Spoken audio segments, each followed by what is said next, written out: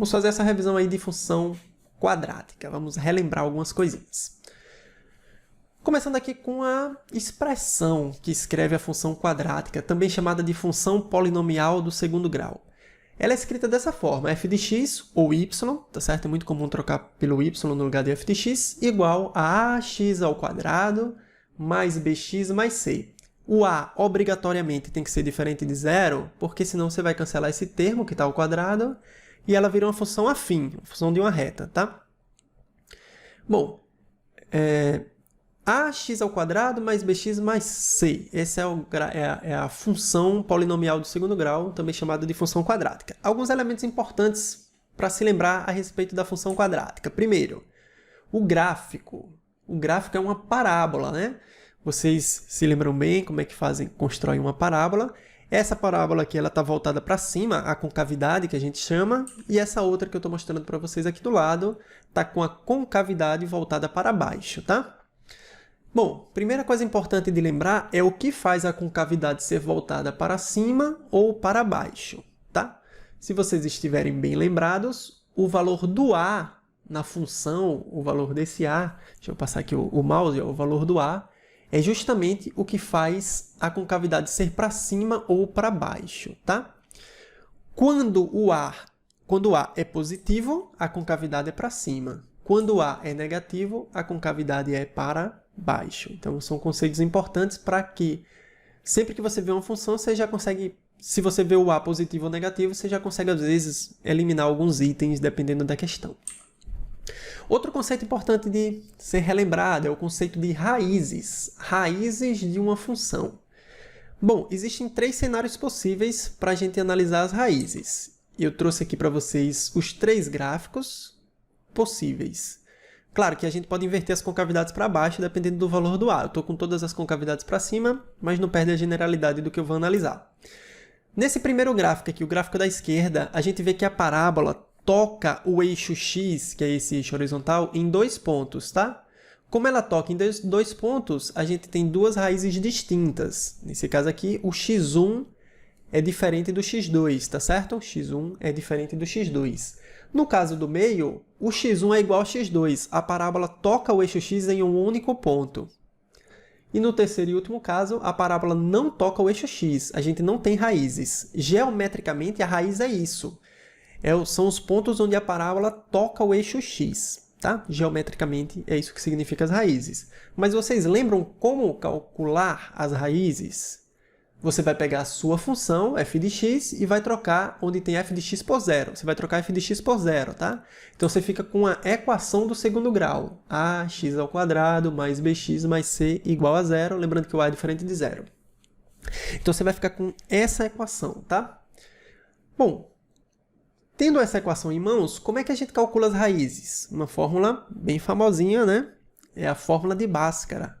Fórmula de Bhaskara, que a sua expressão é escrita assim: x igual a menos b, mais ou menos a raiz de delta, dividido por 2 vezes a. Você tem que lembrar dessa fórmula, tá? Guardem essa fórmula na memória. Quem não tiver ainda, pratiquem para ficar com essa fórmula na memória. Menos b, mais ou menos a raiz de delta, sobre 2 vezes o valor de a. Lembrando que o delta é b ao quadrado menos 4ac, tá? Cuidado para não confundir o delta com menos b ao quadrado menos 4ac. As pessoas, em geral, têm tendência de colocar o menos b de novo no valor de delta. Então, x igual a menos b mais ou menos a raiz de delta sobre 2 vezes a, lembrando que o delta é b ao quadrado menos 4ac. Algumas pessoas costumam escrever dentro dessa raiz, onde está o delta, já escrever a expressão b ao quadrado menos 4ac. E fica só uma fórmula única, né, escrita. Eu prefiro calcular parceladamente. Primeiro eu calculo o valor de delta, quando eu quero achar as raízes, e depois eu uso a fórmula de Bhaskara, que tem o delta dentro da raiz, tá? Então, geralmente eu faço separado. Esse delta, ele me ajuda em alguns elementos gráficos, tá? O delta que é b ao quadrado menos 4ac. A gente colocou novamente aquele gráfico que aparecia para vocês. No da esquerda temos 2 raízes, no da direita temos x1 igual a x2, e no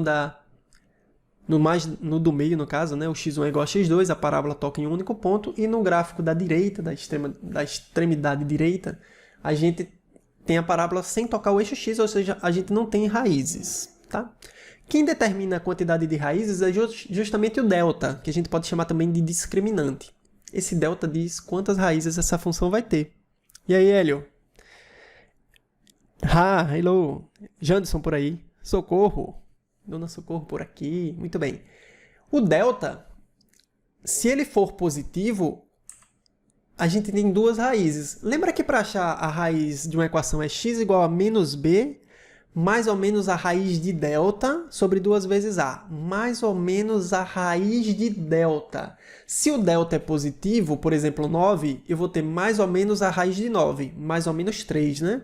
Então eu sigo dois caminhos, um com mais 3 e outro com menos 3, aquele x1 e x2. E já a gente vai fazer alguns continhos, não se preocupe, tá? Então, se o delta é positivo, eu sempre sigo dois caminhos, um com mais e outro com menos. E aí a gente tem x1 diferente de x2, por esse motivo. Quando a parábola toca o eixo x em um único ponto, o x1 é igual a x2. Isso acontece quando o delta é igual a zero. Mais uma vez, volte para a fórmula de Bhaskara.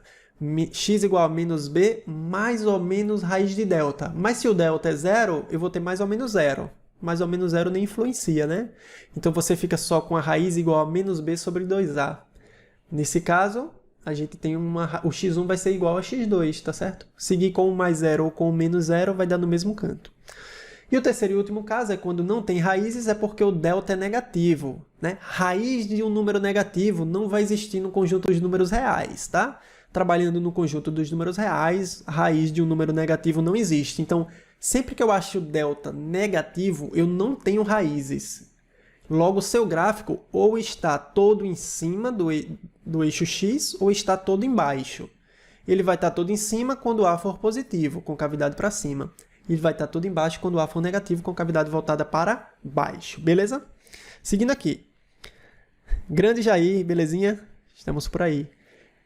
Qualquer dúvida que vocês tiverem, vocês podem interromper, tá bom? Podem falar aqui, eu estou acompanhando o chat, tá bom? Outro conceito importante para revisar sobre as parábolas é o vértice da parábola. Eu já destaquei ele aqui na imagem. Está aqui o vértice, né? É um ponto, o vértice, e suas coordenadas é o que a gente chama do x do vértice e do y do vértice. Quando a parábola tem o A negativo, que é como nesse exemplo que está aparecendo para vocês, A negativo com cavidade voltada para baixo. Quando A é negativo, a parábola tem um ponto de máximo, tá? Esse é o valor máximo, o vértice é um máximo dessa função. Quando A é negativo, tem um máximo. Quando A é positivo, tem um mínimo, porque a concavidade é voltada para cima, então vai ter um valor mínimo lá na função. Beleza? Como é que a gente acha o x do vértice e o y do vértice? Vamos relembrar as duas formulazinhas para calcular esses elementos. X do vértice menos b dividido por 2 vezes a. É muito importante você lembrar do x do vértice. O y do vértice você não precisa decorar, porque você acha ele mais fácil. Se encontrar o x do vértice, você substitui na função, onde tem x pelo valor do x do vértice, e você acha o y do vértice. Então, o y do vértice é mais tranquilo, você não deve se preocupar com ele. Mas se você tiver um espaço aí na sua memória, reservado para um pouco mais de matemática, você pode lembrar que o y do vértice é menos delta sobre 4a. X do vértice menos b sobre 2a é o mais tranquilo de achar. Y do vértice menos delta sobre 4a. Você pode memorizar ou não essa fórmula, porque você consegue achar de forma mais tranquila. Tá certo? Isso aqui é o vértice da parábola.